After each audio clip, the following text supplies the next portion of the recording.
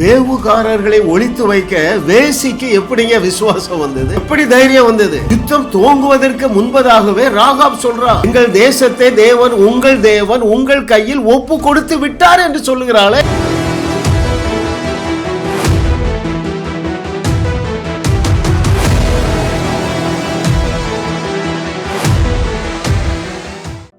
கர்த்தரை தெய்வமாக கொண்ட நாம் பாக்கியவான்கள். இன்றைக்கு 182வது அவருடைய ஞானத்தின் ஆழங்கள் விசுவாசமும் கிரியையும். Faith in action, very very important fact. நான் இன்னைக்கு கற்றுத்தர போகிறேன். ஆவியானவரே நமக்கு கற்றுத்தருகிறார். அருமையானவர்களே, உண்மையான விசுவாசம் உள்ளத்தில் மட்டும் இருப்பதில்லை, அது கிரியையாக வெளிப்படும்.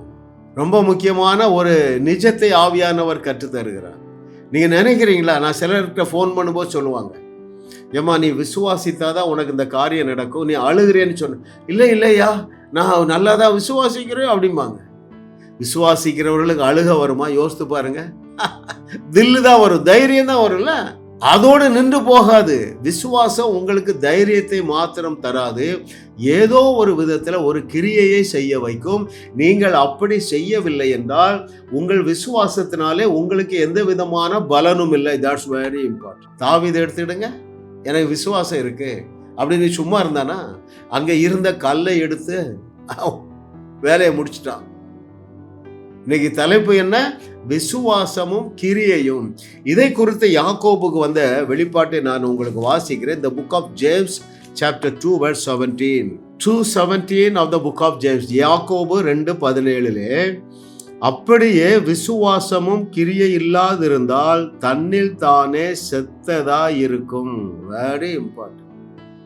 நான் எனக்கு விசுவாசம் இருக்கு அப்படி என்றால் நீங்கள் வீட்டில் முடங்கி இருக்க முடியாது. So simple.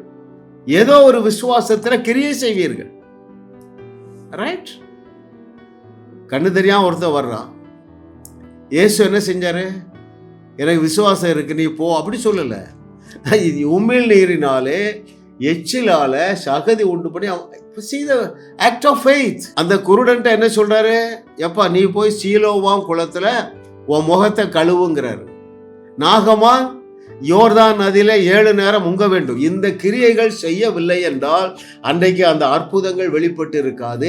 நீங்களும் கிரியை செய்யாததுனால இன்னும் அடுத்த லெவல் போக முடியாம பரிதபிக்கிறீர்கள். ஆனால் என்னுடைய வியூவர்ஸ் அத்தனை பேரும் நீங்கள் விசுவாசத்தில் கிரியை செய்ய போகிறீர்கள். நீங்கள் இப்பொழுது இருக்கிறதை காட்டிலும் 1000 மடங்கு பெருகுவீர்கள் என்று கர்த்தர் சொல்லுகிறார். பாருங்கள், ராகாபின் விசுவாசம் நமக்கு ரொம்ப ஆச்சரியமா இருக்குதுங்க. அவர்கிட்ட தான் நீ கற்றுக்கொள்ள போறோம். அவள் யூதர் அல்லாத பொண்ணு, யூதர் அல்லாத ஒரு பெண்ணு, அவளுக்குள்ள அவ்வளவு தைரியம் பாருங்களேன். அந்த விசுவாசமும் கிரியையும். அவ என்ன கிரியை செய்தார்? எதனால அப்படியே அந்த அளவுக்கு விசுவாச கிரியை செய்ய முடிந்தது? அந்த விசுவாச கிரியை செய்யத்தக்கதாக அவளுக்கு என்ன நாலேஜ் இருந்தது? இதை தான் நாம் இன்றைக்கு கற்றுக்கொள்ள போறோம். பாருங்க, இஸ்ரவேலர்கள் எரிகோ பட்டணத்தை பிடிக்க போறாங்க. எரிகோ தேசத்து ராஜா மதில்கள் எல்லாம் காவக்காரங்க வைக்கிறான். யாராவது உள்ள வந்தா என்ன செய்யணும்? பிடிச்சி ஆண்ட கொண்டு வந்துடும். ஆனா இந்த ராகாபு தைரியமாக 2 வேவுக்காரர்களை ஒழித்து வைக்கிறாங்க. கண்டுபிடிச்சா அவ சட்டியா இருப்பான் அன்னைக்கு. ஆனால் அவள் நம்முடைய தேவனை விசுவாசித்தால் அதை நாம் இன்றைக்கு கற்றுக்கொள்ள போறோம். முதலாவது பாருங்கள், அங்கே யோசுவா 2வது அதிகாரம் 4வது வசனம். The book of Joshua chapter 2 verse 4. அந்த ஸ்திரீ அவ்விரண்டு மனுஷரையும் கொண்டு போய் அவர்களை ஒழித்து வைத்து, மெய்தான் என்னிடத்தில் மனுஷர் வந்திருந்தார்கள், ஆனாலும் அவர்கள் எவ்விடத்தாரோ எனக்கு தெரியாது. கவனிக்கிறீங்களா? எவ்வளவு ரிஸ்க் எடுக்காங்க. சத்துரு ஒரு சேனையாக வருகிறது, இவர்களை பிடிக்க, இவர்களை அழிக்க. ஆனா அவர்களுக்கு இவள் ஏன் பாதுகாப்பு கொடுத்தார் தெரியுமா?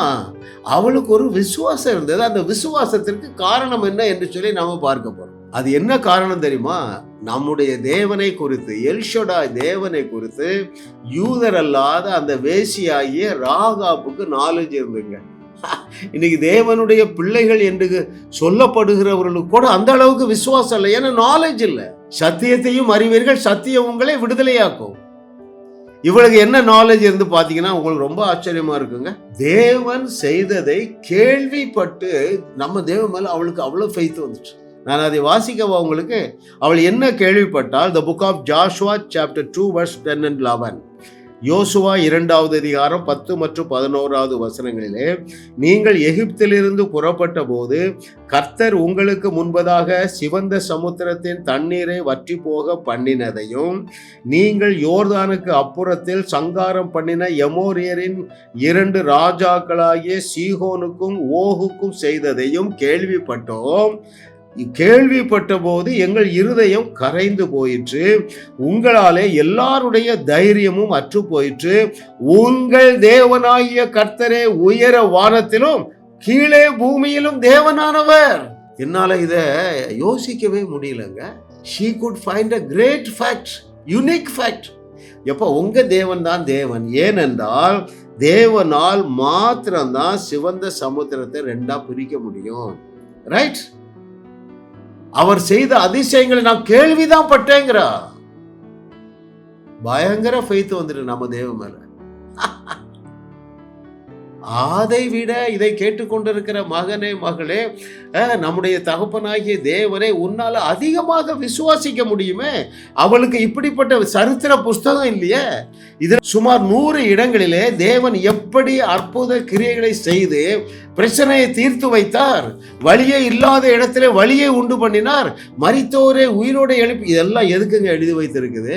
இவைகளை நீங்கள் வாசித்து என்ன செய்யணும்? தேவனை விசுவாசிக்க வேண்டும். அதுதான் தேவன் டிசைன் பண்ணின வழி. கேள்வியினாலே விசுவாசம் வரும், வாசித்தாலும் விசுவாசம் வரும். கேடுகட்ட பிரசங்கத்தை கேட்டு கேட்டு உங்கள் விசுவாசமாகிய கப்பல் என்ன செஞ்சுட்டு மூழ்கி போய் கிடக்குது. நானும் அதை தூக்கி எழுந்து விட பார்க்க, அநேகர் எழுந்துட்டாங்க, நீங்களும் எழுந்து விடுவீர்கள் என்று கர்த்தர் சொல்லுகிறார். அருமையானவர்களே, எத்தனை பேருக்கு புரியுதுங்க? எதனாலே இந்த ராகாபுக்கு விசுவாச வீராங்கனை என்று பெயர் வந்தது என்றால், நம்ப முடியாத சூழ்நிலையிலும் நம்முடைய தேவனே ஒரே தேவன் என்று அவள் புரிந்து கொண்டால். எதனால எப்படி இந்த அறிவு அவளுக்கு வந்ததுன்னா, கேள்விப்பட்டான். சிவந்த சமுத்திரத்துல அது 2ஆக பிளந்து தம்முடைய ஜனங்களுக்கு வழியை உண்டாக்கிட்டாரு. அதே சிவந்த சமுத்திரத்தினுடைய தண்ணீரை வைத்து பார்வோனுடைய சேனையை அழித்து போட்டார். இதெல்லாம் கேள்விப்பட எரிகோ பட்டணத்தாருக்கு நம்ம தேவனை பற்றி அறிவு வந்துட்டுங்க. அந்த அறிவு அவளுக்கு விசுவாசத்தை கொடுக்குது. இன்னைக்கு தலைப்பு என்ன? விசுவாசமும் கிரியையும். அவளுக்கு என்ன ஐடியா வருது? இவங்களை ஒளிச்சு வச்சா நம்மளை காப்பாத்திடுவாங்கங்கிறது அவளுக்கு ஒரு வெளிச்சம் வந்ததுக்கு காரணமே விசுவாசமும் விசுவாசத்தினாலே அவள் செய்த கிரியையும் அல்லவா? ஆமென், ஹல்லேலூயா. இன்னொரு வெளிச்சம் பாருங்க அவளுக்கு, எனக்கு ரொம்ப ஆச்சரியமா இருக்குங்க. யுத்தமே துவங்கலங்க. எரிகோ பட்டணத்துக்கு அருகிலேயே இன்னும் வரல யாரு? இஸ்ரவேலுடைய சேனை வரல. ஆனா அவ டிக்ளேர் பண்றா. அந்த வேசியாகிய ராகாப் என்ன டிக்ளேர் பண்றாருன்னா, எப்பா எங்க தேசத்தை தேவன் உங்க கையில ஒப்பு கொடுத்தார். வாசிக்கவா உங்களுக்கு? அதே யோசுவா 2வது அதிகாரம் 9வது வசனத்திலே பாருங்கள். கர்த்தர் உங்களுக்கு தேசத்தை ஒப்பு கொடுத்தார். ஹல்லேலூயா, ஹல்லேலூயா, ஹல்லேலூயா. கர்த்தரை தெய்வமாக கொண்ட நாம் பாக்கியவான்கள் அருமையானவர்களே. ஏன் தெரியுமா? உங்களுக்காக அவர் யுத்தம் செய்து முடித்து விட்டார். யுத்தம் முடிந்தது. ஹல்லேலூயா. நீங்க போட்டு யுத்தம் பண்ண வேண்டாங்க. வியாதியை போக்குறதுக்கு போட்டு மண்டாடிட்டு ஜெபிக்கலாம் வேண்டாங்க. குடும்ப குழப்பம் நீங்கிறதுக்கு நீங்க உபவாசம் பண்ணி ஜெபம் பண்ணலாம் வேண்டாங்க. ஏனென்றால் அவர் எல்லாவற்றையும் செய்து முடித்து விட்டார். முடிந்தது என்று சிலுவையிலே முழங்கின பொழுது உங்களுக்கு தேவையான அத்தனை ஆசீர்வாதங்களையும் உங்க சரசு மேல வச்சுட்டாருங்க. இந்த புக்கை படிங்க, யுத்தம் முடிஞ்சு போச்சு. இந்த புக்கை படிச்சேன் பாருங்க. நான் என்னுடைய எந்த தேவைக்காகவும் நான் இப்போ ஜெபிக்கிறதே இல்லை. ஏன்னா அதுக்கு முன்னாடியே தேவன் தந்து விடுகிறார். எத்தனை பேரு புரியுதுங்க? ஆமென். இத பழைய ஏற்பாட்டுல யூதர் அல்லாத ஒரு ராகாபு சொல்றா. கர்த்தர் எங்கள் தேசத்தை உங்கள் கையில் ஒப்பு கொடுத்தார். ஹல்லேலூயா. இது இன்னைக்கு நாள்ல உங்களுக்கு ஒரு பிரகாசம் உள்ள மனக்கண்கள் உண்டாவதாக. ஹல்லேலூயா. அந்த ராகாபை பயன்படுத்துற தேவன். இதை கேட்டுக்கொண்டிருக்கிற மகனே மகளே, நீ என்னோடு இணைந்திருக்கிற யாரெல்லாம் நீ என்னோடு இணைந்திருக்கிற, அதாவது என்னுடைய செய்திகளை தொடர்ந்து கேட்கிறீர்களோ, இந்த ராகாபுக்கு தேவன் கிருபையாக கொடுத்த இந்த விசுவாசத்தை நீங்கள் சுதந்தரிப்பீர்கள். தொடர்ந்து என்னுடைய செய்திகளை கேட்டுக்கொண்டே இருங்கள். இதுல அந்த இவளுடைய விசுவாசத்தின் நிமித்தமாக இஸ்ரவேல் ஜனங்கள் எளிதாக எரிகோவை பிடித்து கொண்டார்கள். அது யோசுவா 6வது அதிகாரம் 24வது வசனத்தை நான் உங்களுக்கு வாசிக்கிறேன். The book of Joshua chapter 6 verse 24 and 25. பட்டணத்தையும் அதிலுள்ள யாவையும் அக்கினியால் சுட்டெரித்தார்கள். வெள்ளியும் பொன்னையும் வெண்கலத்தினாலும் இரும்பினாலும் செய்த பாத்திரங்களையும் மாத்திரம் கர்த்தருடைய ஆலய பொக்கிஷத்தில் சேர்த்தார்கள். பாருங்க, பட்டணத்தையும் அதிலுள்ள யாவையும் அக்கினியினால் சுட்டரித்தார்கள். 25வது வசனம். எரிகோவை வேவு பார்க்க யோசுவா அனுப்பின ஆட்களை ராகாப் என்னும் வேசி மறைத்து வைத்தபடினால் அவளையும் அவள் தகப்பன் வீட்டாரையும் அவளுக்குள்ள யாவையும் யோசுவா உயிரோடு வைத்தான். அவள் இந்நாள் வரைக்கும் இஸ்ரவேலின் நடுவிலே குறியிருக்கிறாள். ஹல்லேலூயா, ஹல்லேலூயா, ஹல்லேலூயா. அப்ப இதுல நம்ம என்ன கற்றுக்கொள்ளுகிறோம் என்றால், காரியத்தின் கடைத்தொகை என்னவென்றால், நீங்கள் விசுவாசித்தால் மட்டும் போதாது, விசுவாசத்துல ஏதாவது கிரியை செய்யுங்க. அந்த கிரியை எப்படி இருக்கும்? பைத்தியக்காரத்தனமாக இருக்கும். That's very important. 2 காரியத்தை நான் சொல்லி முடிக்கிறேன். நீங்க என்ன செய்யுங்க? விசுவாசத்துல ஏதாவது கிரியை செய்யுங்க. இப்பொழுது நான் ஒரு கிரியை செய்ய போகிறேன். நீங்கள் உங்கள் சரீரத்தில் ஏதாவது வியாதியோடு இருக்கிறீர்களா? உங்க ஹார்ட் ரிப்பேரா இருக்குதா? இந்த மொபைலை காண்பிப்பேன், நீங்க திரையில 3 நேரம் தொடுங்க. அது விசுவாச கிரியை. நான் காண்பிப்பது விசுவாச கிரியை, நீங்கள் 3 நேரம் தொடுவது விசுவாச கிரியை. தேவன் விசுவாச கிரியை ஆனர் பண்ணி உங்களுக்கு அற்புதமாக புதிய இருதயத்தை தருவேன் என்று சொல்லுகிறேன். என்ன வியாதியா இருந்தாலும் சரி, கேன்சரா இருந்தாலும் சரி, இன்று கண்ட இந்த கேன்சரை இனி நீங்கள் காண மாட்டீர்கள் என்று கர்த்தர் சொல்லுகிறார். தொடுங்க. 1 2 3 செக் பண்ணி பாருங்க.